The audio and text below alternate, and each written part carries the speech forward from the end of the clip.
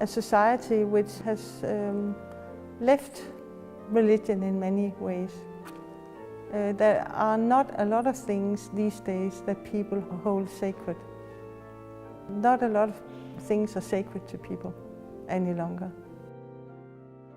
Lisa Christensen is a pastor at St. Johans Kirke, one of the local Folkekirken churches in Aarhus, Denmark. Folkekirken, the Danish people's church, has been steadily losing members.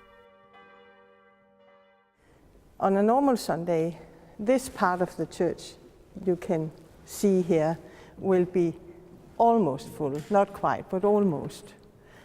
But if there are no christenings, it will be filled until around here, sort of halfway. This year, Aarhus is celebrating their status as the European Capital of Culture, an annual designation given out by the EU. The year-long event's theme is Let's Rethink. With steadily decreasing numbers and membership rates, the National Church now faces the task of rethinking and reevaluating its role.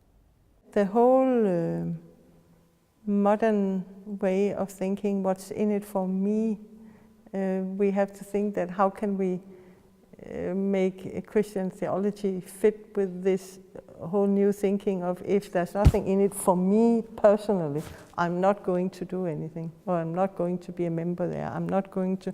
The whole issue of individualization is going to be extremely important that we get to rethink that in a proper manner. This Lutheran community is funded by state taxes, but acts more as a service to those who desire it instead of a mandated religion. As the country's population increases, its membership in the national church decreases. In the last 10 years, membership lowered by 6%, but Liza says only 2% of the population walk through the doors every Sunday. I think the church is old school and it's from the Middle Ages and we don't need it anymore. We need scientific proof about things and another way of thinking. If they got the younger people, I think maybe they should make more focus of the younger people with maybe concert, special concert or anything like this. I think that could be a good idea. Denmark's church, state, and culture have been intertwined for centuries, especially since the rethinking during the Protestant Reformation.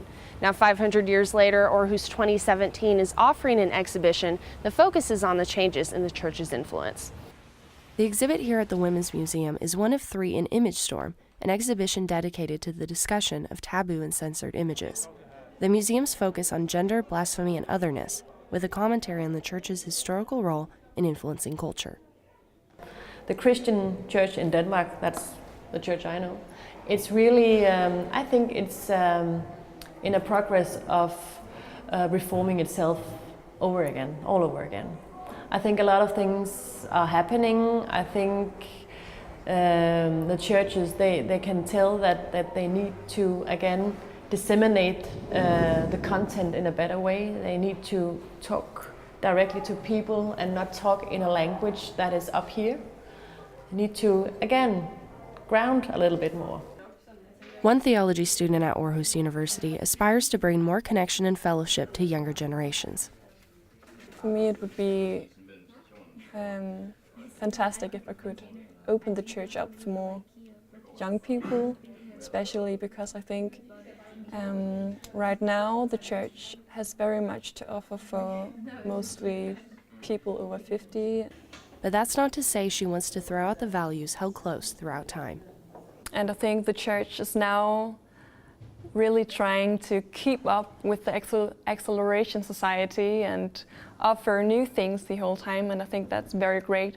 But still, I think we have to try to hold on to what we have in the church and the values, to not forget them and not to go and be a part of what we already have in the society. One shouldn't believe that in the old days, 150 years ago, people went to church all the time. They didn't. St. Johans tries to connect with people in new ways, like offering services to youth, explaining service rituals. Ultimately, Liza wants the church to be present when people need it. I'm more interested in having in-depth talks and conversations with people, and that might help them to find their way back to church, because that is, of course, a goal, and again, not because of church taxes and not because of my salary, but hopefully because it's the best for their lives, and that they see it themselves, not that I tell them that it's the best for you, but that they learn that by themselves. At når I vil bede, så kan I bede sådan her. Og det har man så gjort siden i 2000 år, har man bedt fadervor. It is your duty to hope.